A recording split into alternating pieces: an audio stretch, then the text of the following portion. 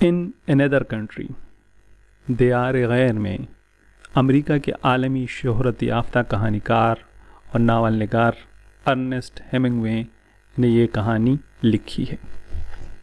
خزاں کے موسم میں جنگ ابھی جاری تھی مگر ہم اس میں حصہ نہیں لے رہے تھے۔ میلان میں شدید سردی تھی اور اندھیرا جلدی پھیلنے لگتا تھا۔ جب برقی کمکمے جلتے تو سڑکوں کے کنارے روشن کھڑکیاں دیکھنا اچھا لگتا۔ دکانوں پر بڑی رونق نظر آتی۔ لومڑیوں کی کھال میں برف کے ذرے اٹکے دکھائی دیتے اور ان کی دمیں ہوا میں لہراتی۔ بھوکے ہرن بظاہر بھاری معلوم ہوتے۔ فضا میں محو پرواز پرندوں کے پروں کو ہوا موڑنے لگتی۔ بہت سرد خزاں تھی اور پہاڑوں کی سمت سے یک بستہ ہوا چل رہی تھی۔ ہر سپہر ہمیں اسپتال جانا پڑتا تھا۔ وہاں جانے کے لیے شہر کے اندر سے کئی راستے تھے۔ نہر کے ساتھ 2 راستے تھے مگر وہ طویل تھے۔ ہسپتال کسی بھی راستے سے جائیں نہر کو ضرور پار کرنا پڑتا۔ اس پر 3 پل تھے۔ ان میں سے ایک پر مکئی کے دانے بیچنے والی عورت بیٹھی تھی۔ ہمیں اس کے چولہے کے قریب کھڑا ہونا بہت اچھا لگتا۔ گرم گرم دانے جیب میں ڈال کر چلتے ہوئے خوشگواری کا احساس ہوتا۔ ہسپتال بہت پرانا اور قابل دید تھا۔ صدر دروازے سے داخل ہوں تو سامنے وسیع احاطہ تھا۔ باہر نکلنے کا راستہ عقبی جانب تھا۔ احاطے میں اکثر جنازے نکلتے نظر آتے۔ پرانی عمارت سے پرے اینٹوں سے بنے نئے کمرے تھے جہاں ہم سپہر ملتے۔ درپیش صورتحال نے ہمیں نرم خو بنا دیا تھا اور ہم بڑے انہماک اور دلچسپی سے ان مشینوں کو استعمال کرتے جن کے بارے میں کہا گیا تھا کہ بہت فرق ڈالیں گی۔ ڈاکٹر اس مشین کی طرف بڑھا جہاں میں بیٹھا تھا اور پوچھنے لگا، جنگ سے پہلے تمہیں کس چیز میں بہت دلچسپی تھی؟ کیا تم کوئی کھیل کھیلنا پسند کرتے تھے؟ ہاں، فٹ بال، میں نے جواب دیا۔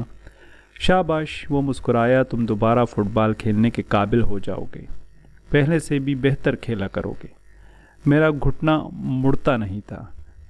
ٹخنے سے گھٹنے کے جوڑ تک تکلیف تھی جس کے سبب ٹانگ سیدھی رکھنا پڑتی۔ مشین کے ذریعے میرے گھٹنے کو آہستہ آہستہ موڑنے کی کوشش کی جا رہی تھی جسے سائیکل چلاتے ہوئے موڑا جاتا ہے۔ ابھی تک تو یہ اسی حالت میں تھا، تاہم ڈاکٹر روزانہ مجھے تسلی دیتا، فکر نہ کرو، سب ٹھیک ہو جائے گا، تم جوان اور خوش قسمت ہو، تم دوبارہ ایک چیمپئن کی طرح کھیل سکو گے۔ میرے قریب میں رکھی مشین ایک میجر صاحب کے زیر استعمال تھی۔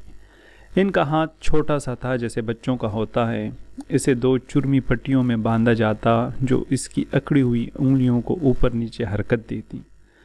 جب ڈاکٹر ان کا ہاتھ کا معائنہ کرنے لگا تو انہوں نے مجھے آنکھ ماری اور ڈاکٹر سے پوچھنے لگا، اور کیا میں بھی فٹ بال کھیلوں گا کپتان صاحب؟ وہ ایک بہترین تلوار باز رہ چکے تھے اور جنگ سے پہلے اٹلی کے سب سے عظیم تلوار باز تھے۔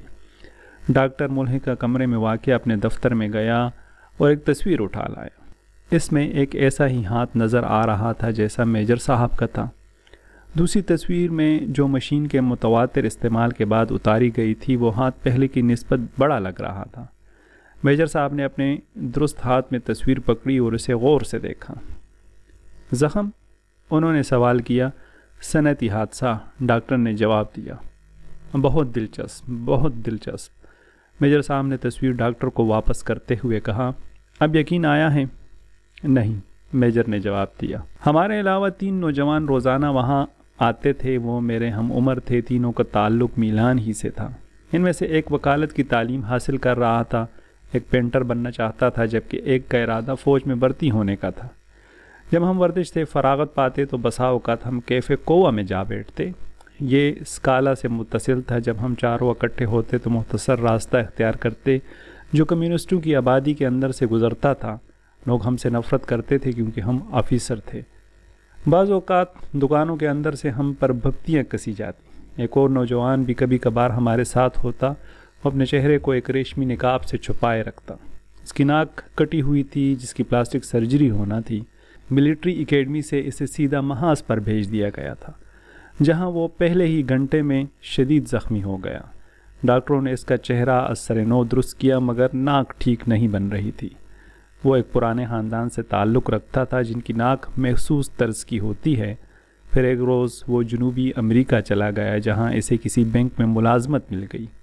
لیکن یہ پرانی بات تھے، تب ہم میں سے کسی کو اندازہ نہیں تھا کہ مستقبل میں کیا ہوگا۔ ہمیں صرف یہ پتہ تھا کہ جنگ جاری ہے اور جاری رہے گی۔ ہم سب کے سینے پر تقریباً ایک جیسے تمغے سجے ہوئے تھے، سوائے نقاب پوش نوجوان کے۔ وہ محاذ پر رہا ہی کتنی دیر تھا کہ اسے تمغہ ملتا۔ وہ قد آور نوجوان جو وکیل بننا چاہتا تھا، وہ لیفٹیننٹ رہا تھا۔ اس کے سینے پر ہمارے ایک تمغے سے مشابہہ 3 تمغے سجے ہوئے تھے۔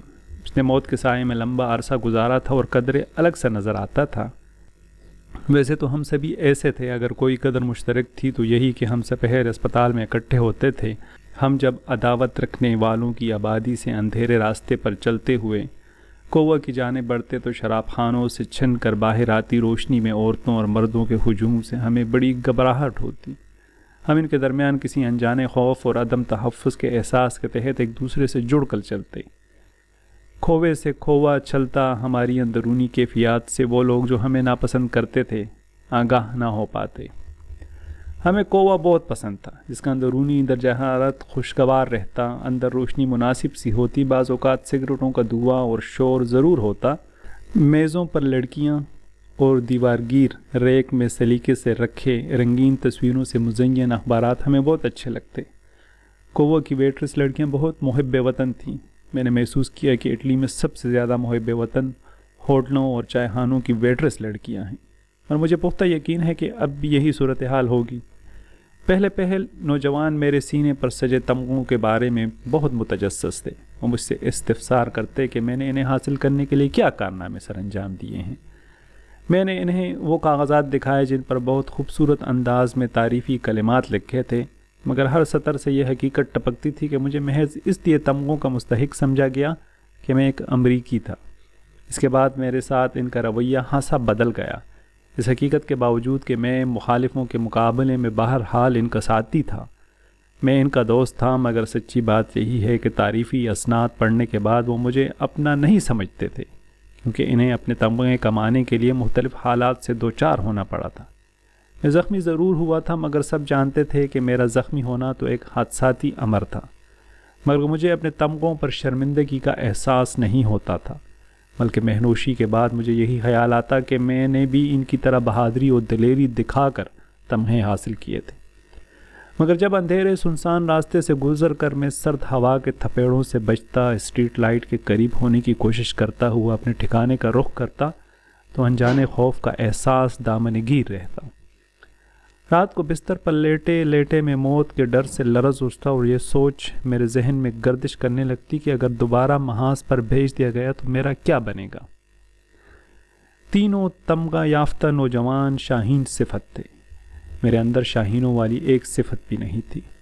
وہ الگ بات کہ دیکھنے میں ان لوگوں کو شکاری عقاب ہی نظر آتا تھا جنہوں نے کبھی شکار نہ کیا ہو۔ وہ تینوں حقیقت حال سے باخبر تھے، اس لیے ہم میں فاصلہ بڑھنے لگا۔ لیکن اس نوجوان سے میری اچھی دوستی رہی جو محاذ پر جاتے ہی زخمی ہو گیا تھا۔ اگر وہ محاذ پر رہتا تو جرأت و بہادری کے حوالے سے کیا کرتا، اس کا علم کسی کو نہیں تھا، اس لیے وہ اسے نہیں سمجھتے تھے۔ تاہم میں اسے پسند کرتا تھا، کیونکہ میرا یہی اندازہ تھا کہ میری طرح اس میں بھی عقابوں والی کوئی بات نہیں۔ میجر صاحب جو تلوار باز رہے تھے بہادری پر یقین نہیں رکھتے تھے۔ جب ہم مشینوں پر ورزش کر رہے ہوتے تو ان کا زیادہ وقت میری گرامر ٹھیک کرنے میں گزرتا۔ انہوں نے میری اطالوی زبان بولنے کی صلاحیت کی بہت تعریف کی تھی۔ ہم آسانی سے آپس میں بات چیت کر لیتے تھے۔ ایک دن میں نے کہا کہ مجھے اطالوی زبان اتنی سہل لگتی ہے کہ میں اسے سیکھنے کے لیے مزید کوشش اور دلچسپی درست نہیں سمجھتا۔ صحیح کہہ رہے ہوں، میجر صاحب نے کہا، کیوں نہ اب تمہیں گرامر سکھائی جائے۔ اور جب میں نے حامی بری اور گرامر کے مطابق اطالوی بولنے کی مشق شروع کی تو مجھے اطالوی دنیا کی سب سے مشکل زبان لگنے لگی۔ پھر جب تک میری گرامر سیدھی نہیں ہوئی مجھے میجر صاحب سے اطالوی میں بات کرتے ہوئے ڈر سا لگتا۔ میجر صاحب اسپتال بہت باقاعدگی سے آتے تھے، شاید ہی کبھی چھٹی کی ہو، مگر مجھے علم ہے انہیں ان مشینوں پر بالکل اعتماد نہ تھا۔ ایک وقت ایسا تھا جب ہم میں سے کسی کو بھی ان مشینوں پر اعتماد نہ تھا، اور میجر صاحب نے صاف کہا تھا کہ یہ سب بکواس ہے۔ تب مشینیں نئی تھیں اور ہم ہی نے ان کی افادیت ثابت کرنا تھی۔ یہ خیال ہی مزے کا خیز ہیں، انہوں نے کہا، محض ایک خیالی نظریہ دیگر بہت سے نظریات کی طرح۔ میں گرامر نہیں سیکھ پا رہا تھا، جس کے سبب وہ مجھے ملامت کرتے اور مجھے نالائق شاگرد کہتے۔ وہ خواہ مخواہ مجھ پر احمقوں کی طرح وقت ضائع کرتے رہے۔ وہ قدرے پستہ قد تھے اور کرسی پر استادہ حالت میں بیٹھتے تھے۔ اپنا ہاتھ مشین میں مطلوبہ جگہ رکھنے کے بعد وہ سامنے دیوار پر نظریں جما کر کسی سوچ میں گم ہو جاتے اور چرمی پٹیوں میں بندھا ہوا ان کا ہاتھ میکانکی انداز میں اوپر نیچے حرکت کرتا رہتا۔ جب جنگ ختم ہو جائے گی، اگر واقعی ہو گئی تو تم کیا کام کرو گے؟ ایک دن انہوں نے مجھ سے کہا، جواب گرامر کے مطابق دینا۔ میں واپس امریکہ جاؤں گا۔ کیا تم شادی شدہ ہو؟ نہیں، مگر امید ہے جلد ہی شادی ہو جائے گی۔ تم واقعی نالائق ہو، انہوں نے تبصرہ کیا۔ مجھے ان کے لہجے میں ناراضگی محسوس ہوئی۔ آدمی کو شادی ہرگز نہیں کرنی چاہیے۔ کیوں سینور میگورے؟ مجھے سینور میگورے مت کہو۔ آدمی کو شادی کیوں نہیں کرنی چاہیے؟ میں نے پوچھا۔ نہیں کرنی چاہیے، ہرگز نہیں کرنی چاہیے، انہوں نے تلخ اور رنجیدہ ہو کر دہرایا۔ اگر آدمی نے سب کچھ کھونا ہے تو اسے خود کو ایسی صورتحال میں ڈالنا ہی نہیں چاہیے۔ اسے صرف ان چیزوں کی تمنا رکھنی چاہیے جن کے کھونے کا ڈر نہ ہو۔ وہ اس وقت رنج و غم کی تصویر بنے ہوئے تھے اور سامنے دیوار کو گھور رہے تھے۔ یہ لازم تو نہیں کہ وہ انہیں کھوئے؟ لازم ہے، انہوں نے دیوار پر نظریں گاڑے ہوئے کہا۔ پھر انہوں نے اپنا ہاتھ چرمی پٹیوں کی گرفت سے آزاد کیا اور اسے اپنی ران پر مارتے ہوئے تقریباً چیخ کر کہا، وہ اسے کھو کر رہے گا، مجھ سے بحث مت کرو۔ پھر انہوں نے نگران کو بلایا اور بولے، اگر اس منحوس شے کو بند کر سکو۔ پھر وہ ملحقہ کمرے میں ہلکے علاج اور مالش کے لیے چلے گئے۔ میں نے سنا وہ ڈاکٹر سے اس کا فون استعمال کرنے کی اجازت طلب کر رہے تھے۔ پھر انہوں نے دروازہ بند کر دیا۔ جب وہ واپس لوٹے تو میں دوسری مشین پر ورزش کر رہا تھا۔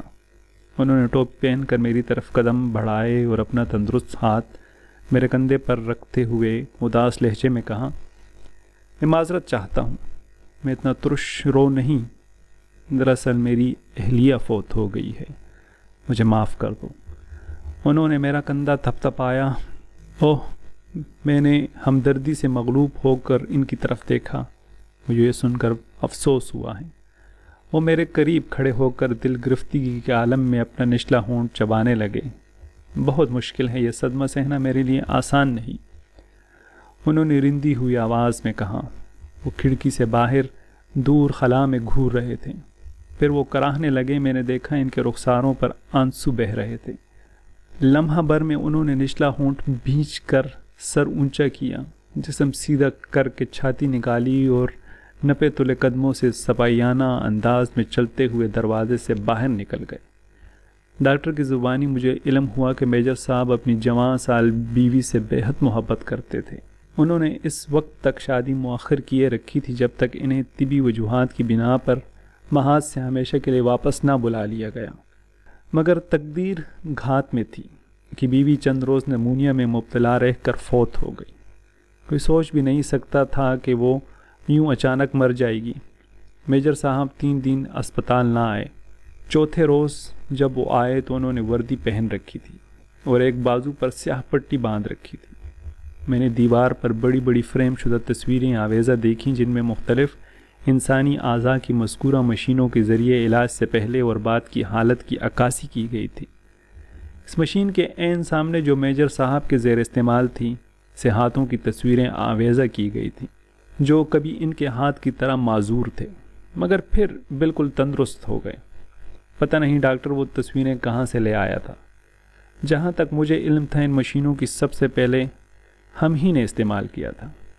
تاہم ان تصویروں نے میجر صاحب پر کوئی اثر مرتب نہیں کیا کیونکہ وہ نم آلود آنکھوں سے مسلسل کھڑکی سے باہر دیکھتے رہتے تھے۔